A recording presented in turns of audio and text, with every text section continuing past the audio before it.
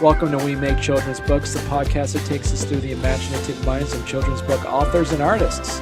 I'm your host, Barney Smith of Storycomic.com, and we're excited to have with us the acclaimed and internationally celebrated author, Rana Tahir, and the award-winning illustrator, Brian Anderson. Hey, Rana. Hey, Brian. Hi. Thanks for having us. Yeah, this is great. So this is exciting. So the two of you worked on a project, not geographically together, but you worked on a project together that is basically not a retelling of a tarot deck, but just a new tarot deck. So I'm very curious. So obviously, you know, the tarot deck is not a new thing. It has been around for, I want to say off the cuff, I mean, like I know historically it comes from France, and it's been around about, was it 300 years ago? Is that about right? Rana's got this, she probably knows more of the history than me. Yeah, so tarot as we know it today, you could trace back to the I want to say 17th century, if I'm remembering correctly, and really France. So this would have been, I think I'm counting my centuries right, but this would have been around like the Napoleonic era, etc. Ron and Brian, what inspired you both to kind of create a deck for Choose Your Own Adventure? Was this something that was assigned to you, or is this something that you kind of heard about and you kind of jumped on the project? From my perspective, because I didn't know Ron at the time that she was going to be on it, but Shannon had approached me because I had just done a cover for them, and they just kind of pitched, you know, if you were to do a Choose Your Own Adventure tarot deck, what would you, send us a sample of what you would do. And being familiar with tarot, I knew it was an opportunity. I said, well, we're going to take pick one of your Choose Your Own Adventure books, and we'll base it on that. But to send them the samples, I just created this Steampunk Arcana Institute for fun, just to do the samples. And I sent them 3 sample cards, and she came back with, I want to do that. I'm like, oh, okay. So, yeah, it's kind of a happy accident. Okay. And what about you, Rana? Yeah, I came in later in the process, so I think by the time that I had come in, Brian had already finished sketches for all of the cards, I believe. They just weren't colored or inked yet.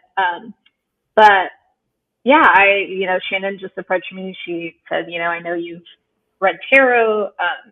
Would you be interested in writing the guidebook for this tarot deck that we're making? And at the time, I think it was still like we were still thinking about like Choose Your Own Adventure slants to the tarot, like a way to make it more interactive. But it didn't end up working out. But I just loved the cards. I loved the art. I mean, Brian did just a fantastic job, and the steampunk thing was just so up my alley. And I love tarot.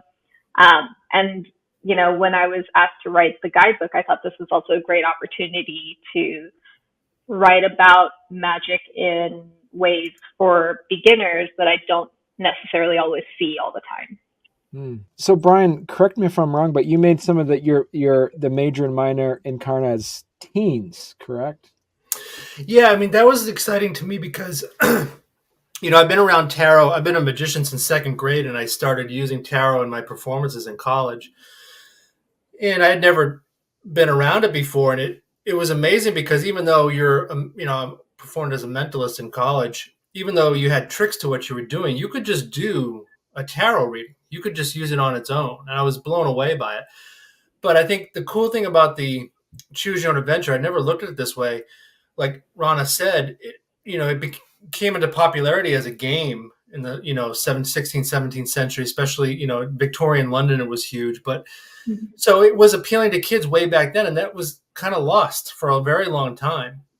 And it was really kind of cool to be able to bring it back to kids and to not take away. You hear the term tarot deck and you immediately think of fortune tellers and stuff, and that's not what it is. It's a very different thing. So to be able to kind of introduce kids to what it really is in a fun way is unique, and I don't think it's been really done before. And so, Rana, you were also a tarot practitioner as well? Yeah, I'm self-taught, and in the guidebook, I wrote a little bit about my history with tarot. but it was basically just a fluke. I happened to, when I first moved to the U.S., I was in a small town called, well, I went to a boarding school called Interlochen Arts Academy, and it's right by Traverse City, which is not a small town. It's a bigger city, but it was kind of small when I was there. And I just saw this occult shop down the street, and I was curious. Actually, the thing that drew me in was like they had a sign for belly dance lessons, and I grew up belly dancing, so I was like, I want to see what these people are doing, just kind of stake them out. And when I went in there, there was no lesson happening. They weren't there. So I just decided like, okay, well, I'm here. Let me browse the store. And I saw a tarot deck for the first time. And like that, I didn't know what tarot was really, outside of like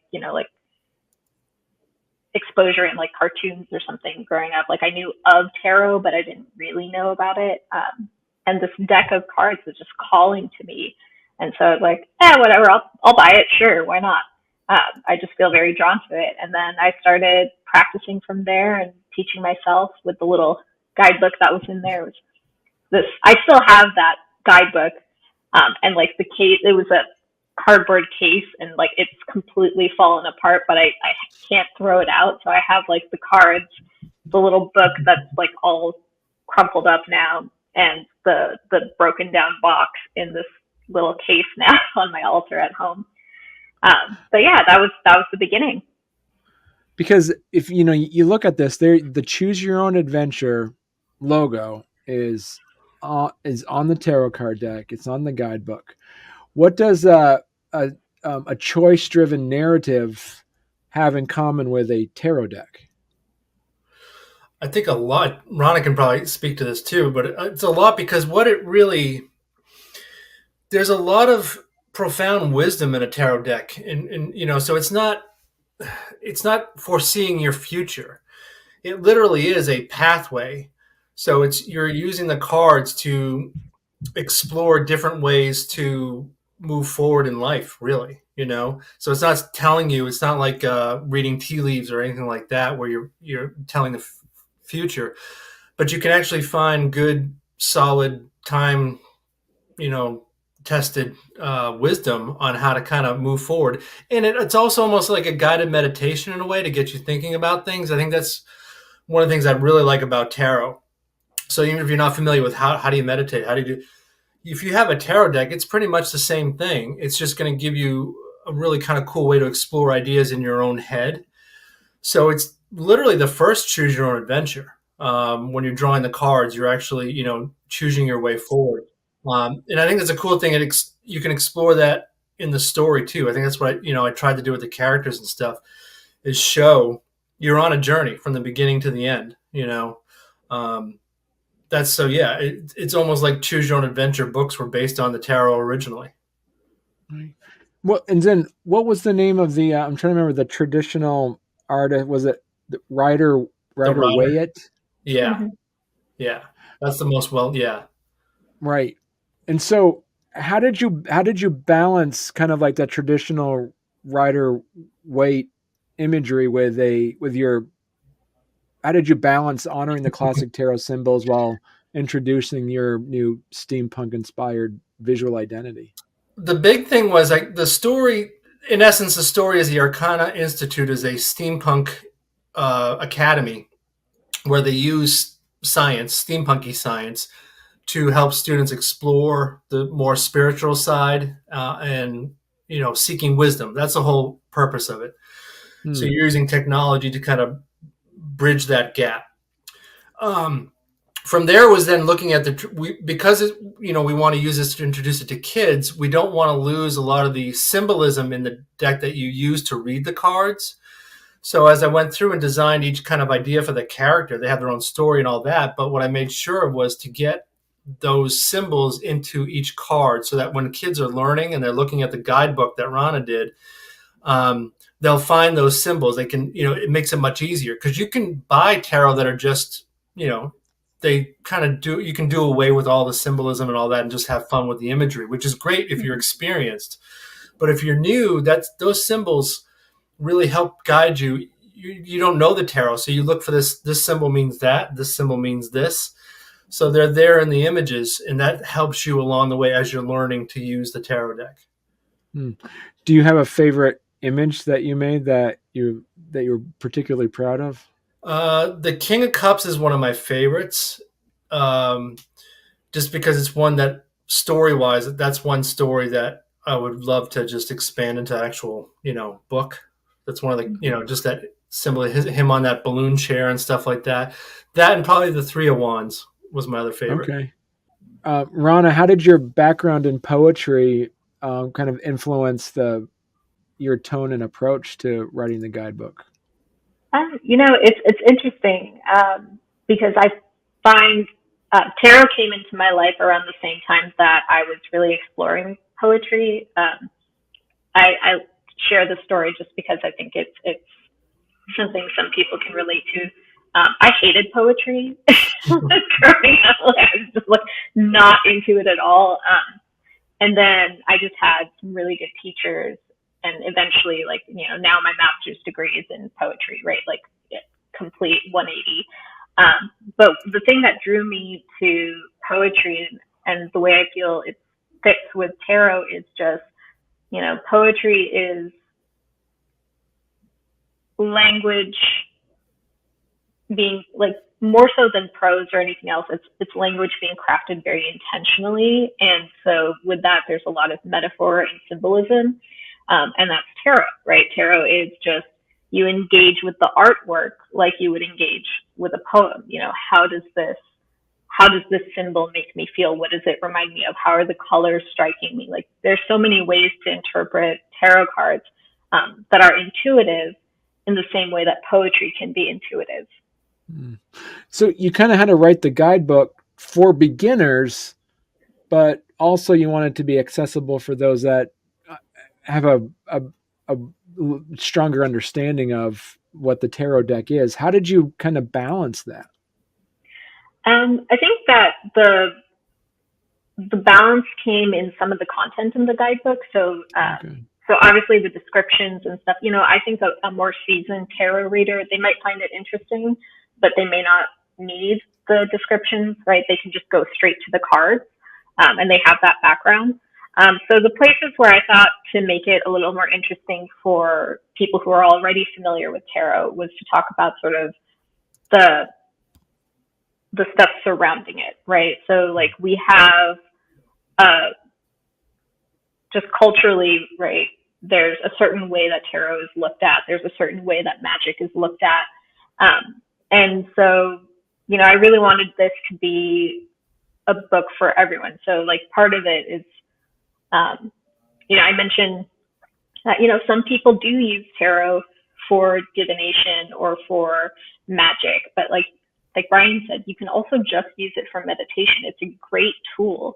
And however you want to approach tarot, there's no right or wrong of it, right? You can approach, there are some people who really sort of gatekeep, no, this is a magical tool or this is for witches or something like that. And then there are some people who gatekeep the other way and say, no, these are just cards for meditation. It's you can be open to both. There's really no substantive difference other than how do you use it and are you using it in an ethical way, right? If you're someone who believes that it's magical and then you're using it to predict futures, right? And then you're telling people this is what's going to happen, right? That's not an ethical way to practice for your purposes. And the person who's meditating, if they're not actually meditating and they're just assigning whatever they want to see rather than what they need to see. Yeah. That's also not an ethical use for your own self, even though it's just meditative. Well, hey there. If you're enjoying our podcast, don't forget to subscribe on YouTube or leave us a 5-star review on your favorite podcast platform. Your support means the world to us and helps us keep this show going. We love hearing from you, so any feedback is welcome. And thank you for being a part of our podcast family and for all your support. It truly means a lot to us. Brian, talk about your method. Do you sketch things out first? Are you all digital? How does your process work? I prefer to do everything by hand. When it comes to time-wise, though, digital is going to win out, especially with a project like this, because there's so many edits and changes you need to make. It would have taken quadruple the time at least to do it by hand all the way. But initially, the sketches were done by hand. So the initial sketches I did, do it all by hand, and then kind of scan those in and send them off, and then we kind of work from there. Yeah. And do you use is it all like Photoshop or what do you use? I use I'm blanking on the name, not Corel, but it's a manga software for doing manga comics. So it's more for just drawing comics. I love Photoshop, but it's got a little too much. There's a lot. It's got more power than you need. So the program I have is really just for drawing comics. Was it Clip Studio? Is that what it's called? Clip Studio, yeah. Clips, yeah. Yeah. Yeah. Yeah. So it just has the basic tools as if you were working traditionally. Okay. Yeah. Right. And so Rana, my other question for you is like based off of your experience as a tarot practitioner, were you able to utilize any of your own personal practices and techniques and kind of insert them in the book? I really tried not to do that because, you know, tarot is such an individual thing and like everyone comes at it with their own practice and develops their own procedure. So I did put stuff in, but I put it, I tried to be clear, like, this is an example of how I do things. Other people have other ways, and you're going to have to explore and figure out what works best for you. You know, like, I have a friend who's a tarot practitioner, and he's really great. And he does readings for the like public. Like you can hire him to do a reading for you. I don't do that. I just selectively will give readings, but most of the time I just do it for myself. But one thing that I always did was I would have people touch the cards. Like I really felt like if I was getting a reading for someone that they had to physically contact the cards. I just felt like that was a thing. And then my friend RC, you know, he did not let you touch his cards, you know, and I remember like he just said offhand, he had much more experience than I. And he was like, "Oh, you're very generous. You let people touch your cards." And I was like, I didn't see it that way. I just thought this was a thing you did. But that was a nice eye-opening experience for me. And I used that in the book, and just to give it to anyone else who's beginning to say, like, there is no right or wrong. You're going to have to intuitively feel your way through it and see what works best for you. You know, so again, that was the ethos of writing the book. I really, anytime I did mention something that I did, I wanted to be very clear, like, just because I do it doesn't mean it's the way things must be done. How does this deck reflect the choose your own adventure philosophy, and how do you see it set itself apart from, say, like other tarot decks that are currently available? Well, I think Rana would agree with this. Is one, the Choose Your Own Adventure brand, it's, you know, obviously it's geared towards kids, and you're literally handing them a deck of cards that they can go on a journey with, you know, and it's literally, yeah, however you want to do your draw of cards, if you draw 3 cards or whatever it is, but every time it's going to be different. So literally every time you take out the deck, it's a choose your own adventure. It's really kind of cool. So you're doing away with the binding of a book and turn to this page or that page. It's right there for you, and everything's there. And you use that, and you use the guidebook to walk your way through it. And every single time you use it, it's going to be completely different, and you're going to learn something completely different. You know, you get multiple endings, just like a choose your own adventure book. And like I want to put ending in air quotes because things don't actually end, right? But you know, you can do you can have like a question in mind and do a reading for it, and then do another reading right after, and you'll get something very different. And I think that possibility is very much in line with choose your own adventure. And then just like, you know, again, we're geared towards younger readers. So tarot is not, you know, like when I was going through the book, you know, I was thinking like, well, what would I have liked to know when I was teaching myself? You know, what are the things that I've learned since then? Because most of the time, tarot decks are not geared towards younger readers, and like very few are actually geared towards beginners. Even a lot of them are just, if you're looking, they assume if you're looking for a tarot deck, it's because you already know what tarot is. But there are so many people who just, like myself, just find tarot somehow. But the books don't always compensate for those of us who have no background, And so, like, the two of you have, like, so Rana, you've written books, and side note, like, I'm still wondering why they call this a booklet. It's 128 pages. It's not a booklet. It's a book. it's. So usually it's like the two of you being a writer and an illustrator. You've worked with writers and you've worked with illustrators, but almost in tandem. For instance, like as an illustrator, you have to see the story. As a writer, you work in tandem with an illustrator. But Brian, you're illustrating a tarot deck. So how does the collaboration work between the two of you, in the sense that it's different than your classic illustrator author collaboration? Yeah, it's kind of because I also illustrate my own books too. I've been fortunate I was able to do that. So from my angle, I approached it, basically wrote a story, and we've batted around the idea that it could be books based on it, because that's how I approached it. I created the entire story, the background story first of the Arcana Institute. And then every single card, every single character has a backstory. So you're seeing a scene from their story in that world. And then it was a matter of, that's why I'm glad I didn't have Rana's job, because she has to take it and, not only put together a guidebook for a tarot deck, which is a lot of work, but to do it from, this is for beginners and this is for kids, which I don't even know how you even begin that. So I kind of had the easier writing side of it. I just got to play with the story. I mean, and having the framing of the Arcana Institute and that idea, like, I didn't get the whole story. I obviously don't have the backgrounds of all the characters in the cards and stuff, but just having that as like the frame really helped.